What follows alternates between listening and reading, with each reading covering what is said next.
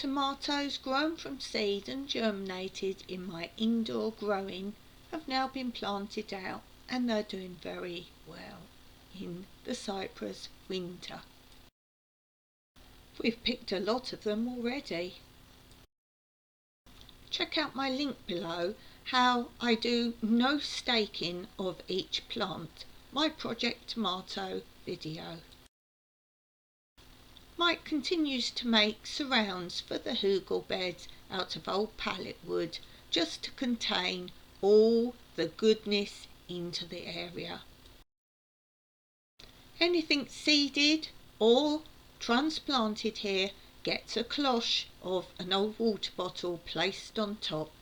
And here is a good view of the Project Tomato framing. You can see how, if done correctly, the Hugels have barely any weeds. Any that do come up can be easily pulled. Here are some peppers that have grown from last year's plants. You don't need to grow new pepper plants every year. Just cut them back each year after the peppers have finished growing. Don't forget to check out the links under this video where I link how to build Hugelkulture beds and also other videos with more information on Hugelkulture, tips and hacks and concepts. This tomato plant was actually from last year that regrew from drop seeds. And here are some more that I've transplanted from my indoor growing, which I started off before our winter, and they continue to grow weekly with new seeds throughout our winter indoors. It's still winter now that I've planted them out, but they're all doing fine as I planted them out once they were big and strong.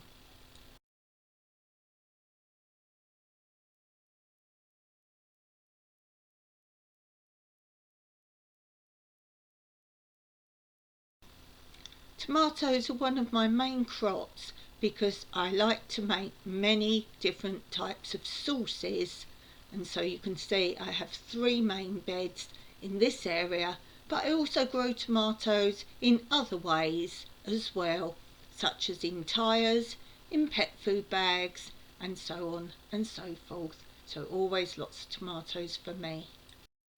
This bed has some chard and some kohlrabi, and also in this bed I have my Malabar spinach that I'm also making cuttings of and rooting. So this Malabar spinach is doing well.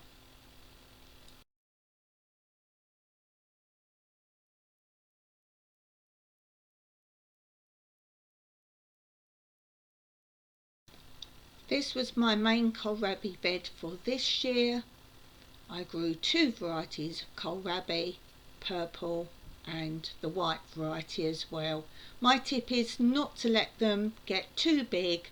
Don't let them get any bigger than a tennis ball, and try not to let them get that big either, and then they will be really tasty. Again, I've linked a video below about kohlrabi, how I cooked them and how I do a taste test on them to tell you the different flavours. And you know, this is a vegetable that you can eat the leaves of as well, and I show you how you prepare those in the video.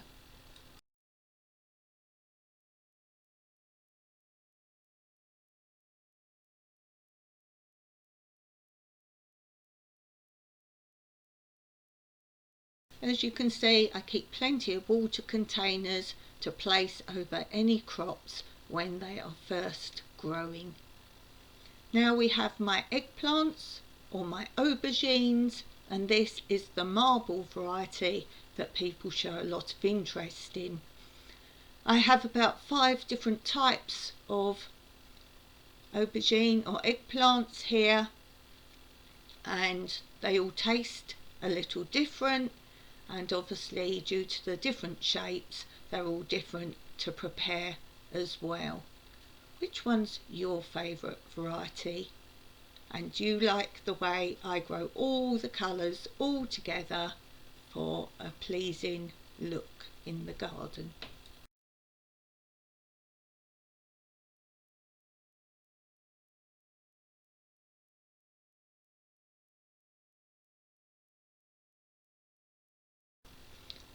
I also have a second eggplant or aubergine bed right next to this one, which you'll see next.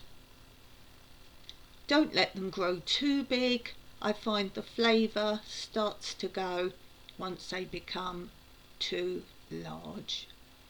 And here's the flowers that I pollinate myself. Although I have lots of pollinators in the garden, I just like to be sure that they're all going to produce. So here's the second bed.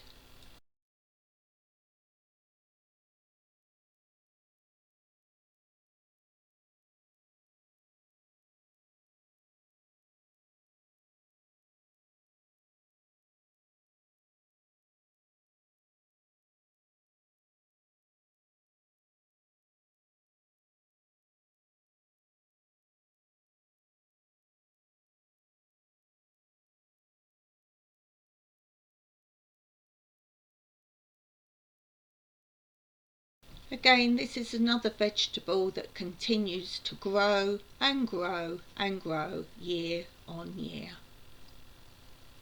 Now we move on to my lettuce bed. This is Rosa lettuce that starts to have the red look to it. For me, it's the easiest type of lettuce to grow. It grows like crazy. So if you're looking for a lettuce that grows very quickly and easily, try Rosa lettuce. Everything to make my Hugelkulture beds is straight from my land. You do not need soil or manure to make a Hugelkulture bed. Here's a different variety of lettuce, and here are some onions I grew from some shop bought onions and also from some onion seeds. I like to experiment and do comparisons in all my gardening.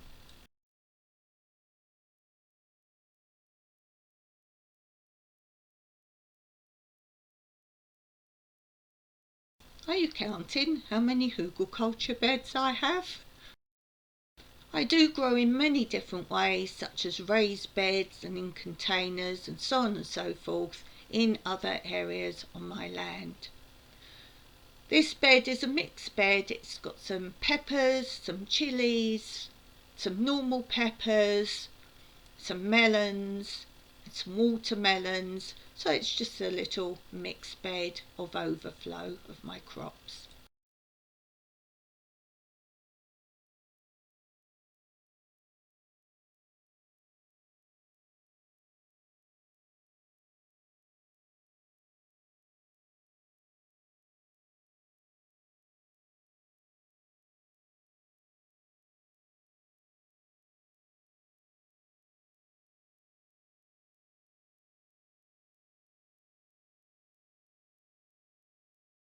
Moving on to my cauliflower bed, I need to make a change here. As you can see, I had some netting, but it's a little small now they're grown.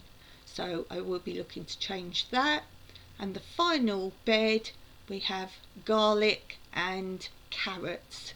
They grow very well together because obviously it keeps bugs away from the nice smelling carrots. I hope you enjoyed that little update of my Hugelkulture area. Do leave me a comment below and tell me your preferred method of growing. Hugelkulture is mine.